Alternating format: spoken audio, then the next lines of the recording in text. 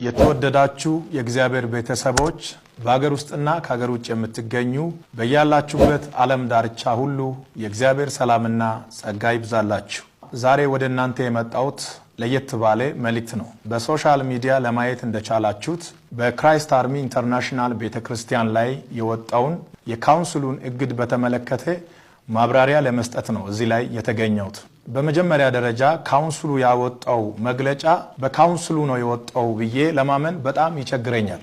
እንደዚህ ለማለት የቻልኩበት ዋናው ምክንያት ካውንስሉ ራሱን የቻለ ትልቅ ተቋም ስለሆነ ከላይ እስከ ታች የተዘረጋ አሰራር ስላለው በአንድ ጉዳይ ላይ መግለጫ ከማውጣቱ በፊት ተቋሙን በተመለከተ ያንን ተቋም የሚመራውን ሰው በደብዳቤ ጠርቶ ማነጋገር እንደሚገባ የሚያሳዩ ነገሮች ስላሉ ይሄ ደግሞ በእኔ ላይ ወይም ደግሞ እኔ በማገለግልበት ቤተክርስቲያን ላይ ስላልተደረገ በሶሻል ሚዲያ ላይ የተመለከታችሁትን የካውንስሉን መግለጫ ካውንስሉ እንዳወጣ የሚያስመስለው ከላይኛ ከታች የተጻፈው የካውንስሉ ስም እንጂ በውስጡ ላይ የተቀመጠው መልእክት የአንድ ግለሰብ መልእክትና አጀንዳ እንደሆነ ግልጽ ሊሆን ይገባል። ካውንስሉ ሲቋቋም የተቋቋመበት ዓላማ አለ። በዛ ዓላማ ውስጥ ያመኑ ሰዎች በካውንስሉ ስር ሄዶ ይታቀፋሉ። በካውንስሉ የሚሰጠውን አቅጣጫና አመራር ተከትሎ ቤተ እምነቶች ይሰራሉ። ካውንስሉ የተጣሰ ደንብ አለ ብሎ የሚያምን ከሆነ ያንን የጣሰውን ግለሰብ በደብዳቤ ጠርቶ መጠየቅ እንደሚገባ በካውንስሉ ሕገ ስርዓት ላይ የተቀመጠ ደንቡ ያስገድዳል። እንደዚህ አይነት ስርዓት ባለበት ሁኔታ ውስጥ ሆኖ ያለምንም ደብዳቤ ጉዳዩ ታይቶ የመጨረሻው ውሳኔ እስከሚሰጥበት ቀን ድረስ በጊዜያዊነት ክራይስት አርሚ ኢንተርናሽናል ቤተክርስቲያን ላይሰንስ ታግዷል ብሎ መግለጫ ማውጣት ምን ማለት ነው? ይህንን መግለጫ ያወጣው ግለሰብ በካውንስሉ ውስጥ ቁጭ ብሎ የወንጌል አማኞችን አንድነትና ፍቅር ለማንሸራሸር የሚፈልግ ሌላ ዓላማና አጀንዳ ያለው ሰው መሆኑን አሁን በግልጽ ታውቋል። መግለጫውን ያወጣው ግለሰብ ብዬ የሚናገርበት ምክንያት የካውንስሉ አጀንዳ እንዳልሆነ ስለማውቅ። መግለጫ የሰጠው ግለሰብ በካውንስሉ ውስጥ የመጨረሻ ሰው አይደለም። በካውንስሉ ውስጥ የመጨረሻ ሰው አይደለም። የካውንስሉ ጠቅላይ ጻፊ አለ፣ እንደገና የካውንስሉ ፕሬዝዳንት አለ፣ ቀጥሎም ካውንስሉን የሚመሩ ሰዎች አሉ። በጉዳዩ ላይ ማብራሪያ መስጠት አስፈላጊ ስለሆነ ነው እየሰጠው ያለሁት እንጂ እኔ ወንጌል የሚሰብከው በካውንስሉ ላይሰንስ አይደለም። እኔ አጋንንት የማስወጣው በካውንስሉ ላይሰንስ አይደለም። እኔ ለበሽተኞች የሚጸልየው በካውንስሉ ላይሰንስ አይደለም። እኔ ካውንስሉን እንደ ካውንስል ሪስፔክት አደርጋለሁ። ካውንስሉ ሲቋቋም ከዜሮ ስንነሳ የነበርኩት ሰው ነኝ። ሌሎች በካውንስሉ ውስጥ ኃላፊነት ካላቸው ሰዎች ጋር አብረን ሄደን አይደለም እንዴ የካውንስሉን ቢሮ ያደራጀ ነው። ካውንስሉ ከሰማይ አይደለም የወረደው፣ በአንድነት ሆነን የመሰረትነው ነው እንጂ አንተ የመሰረትከው አይደለም። እኔ ራሴ ካውንስል ነኝ። እኔ በሌለውበት ራሱ መወሰን አትችልም። ለመወሰንም ለማገድም እኔ እዛው መገኘት አለብኝ። ካውንስሉ አንድን ተቋም ከማገዱ በፊት የተቋሙን መሪ በክብር በደብዳቤ ጠርቶ ማነጋገር አለበት። ያለምንም ጥሪና ምልክት ሁለት መስመር በጻፍከው ሐሳብ ላይ መዝገብ ቤት ያለውን ማህተም ወስደ መተ ከዛሬ ጀምሮ የክራይስት አርሚ ላይሰንስ ታግዷል የምትለው ነገር እንዴት ያለ ንቀት ነው? ካውንስሉን እንደ ካውንስልና እንደ ተቋም እጅግ በጣም አከብራለሁ። ካውንስል ውስጥ ያሉ ካንሰር የሆኑ ሰዎችን ግን ከዛሬ ጀምሮ ፍለፊት ይጋፈጣሉ። በካውንስሉ ውስጥ ደግሞ እጅግ በጣም የተከበሩ የሰከኑ ምንም ሲፈጠር በተረጋጋ መንፈስ የሚያዩ ለማስተካከል ብቻ የሚሰሩ ሰዎች አሉ። ካውንስሉ እኔን ፈልጎ አልመጣም። እኔ ነኝ በራሴ ጊዜ በእናንተ ጥላ ስር ሆኜ ከእናንተ ጋር መስራት ፈልጋለሁ መዝግቡኝ ብዬ የተመዘገብኩት እኔ ነኝ።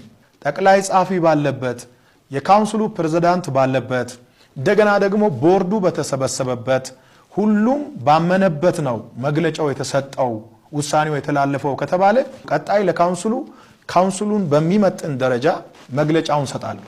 ለዚህ አግደናል ለሚባለው ጉዳይ መነሻ የሆነውን ነገር ማንሳት ፈልጋለሁ። ከመጋቢት 12 እስከ 14 ድረስ ለሶስት ተከታታይ ቀናት በሐዋሳ መስቀል አደባባይ የነበረውን ኮንፈረንስ ለማገልገል በተደረገው ጉዞ በሲዳማ ብሔራዊ ክልላዊ መንግስትና በሲዳማ ክልል ወንጌል አማኞች ካውንስል አማካኝነት የተደረገልንን አቀባበል ከመቃወም ነው እንግዲህ የተነሱት። መግለጫውን ያወጣው ካውንስሉ ነው ብለን እንኳን ብንወስድ ሐዋሳ በነበረው ኮንፈረንስ የተደረገው ዌልካም ፕሮግራም ምንድነው የተበላሸው?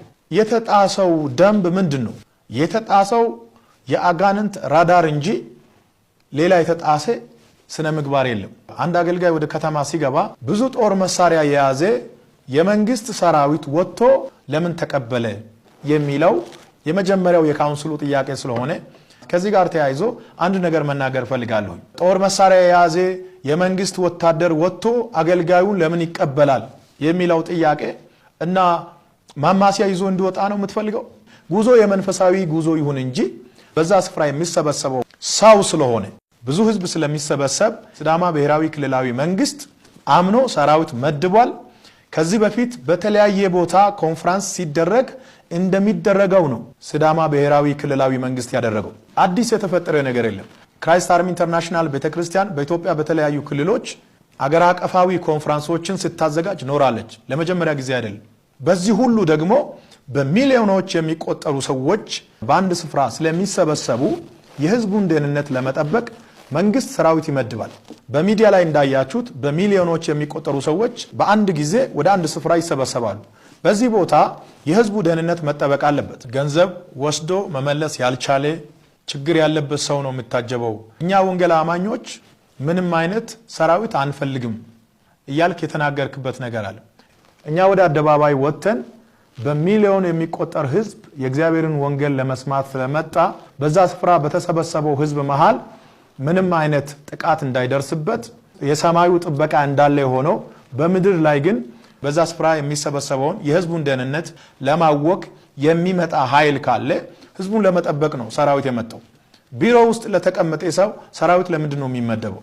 ሰራዊት መመደቡ ደግሞ እንደ ኃጢአት ለምን ታየ? ከሁለት ሳምንት በፊት በአዲስ አበባ መስቀል አደባባይ በነበረው ኮንፈረንስ በኢቲቪ እና በተለያዩ ሶሻል ሚዲያዎች ተዘግቦ ሰራዊት ወጥቶ መንገድ ሲዘጋ፣ ትራፊክ ፖሊስ ወጥቶ መንገድ ሲዘጋ በዛን ሰዓት ለምንድን ነው ልክ የሆነው? ካውንስሉ ባዘጋጀው በመስቀል አደባባዩ ኮንፈረንስ ሲያስተናግድ የነበረው እኮ አሸር ብቻ አይደለም። በሺዎች የሚቆጠር ሰራዊት በመስቀል አደባባዩ ፕሮግራም ተሰማርቶ እንደ አሸር እያስተናገደ ነበር።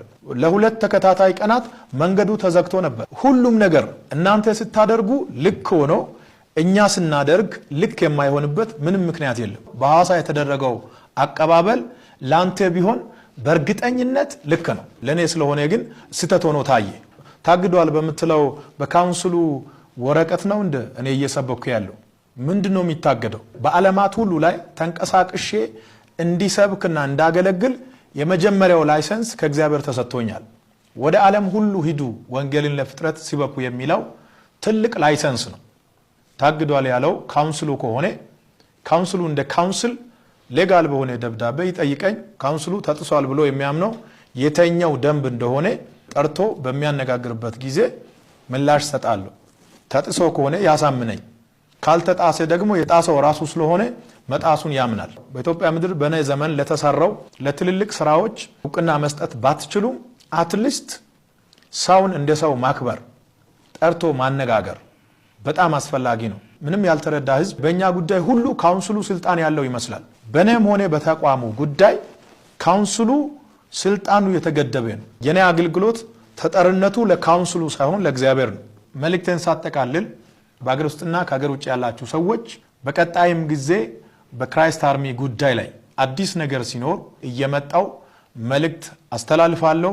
ካውንስሉ የሰጠውን ወረቀት ካውንስሉ ሊያግድ ይችላል። ከካውንስሉ በፊት ክራይስት አርሚ በመላው ዓለም ወንጌልን በመስበክ ለብዙ ሰዎች መዳን የሆነች ቤተክርስቲያን ናት። ከካውንስሉም በኋላ ትቀጥላለች። በዚሁ አጋጣሚ እንዳውም ከፊታችን እሁድ ከጠዋቱ 12 ሰዓት ጀምሮ ድንቅ ፕሮግራም አለ።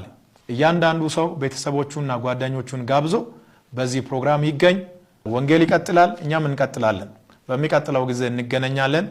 በመላው ዓለም ሆናችሁ መልእክቴን ያዳመጣችሁ የጌታ ቤተሰቦች ሰላምና ጸጋ ከሁላችሁም ጋር ይሁን። አሜን።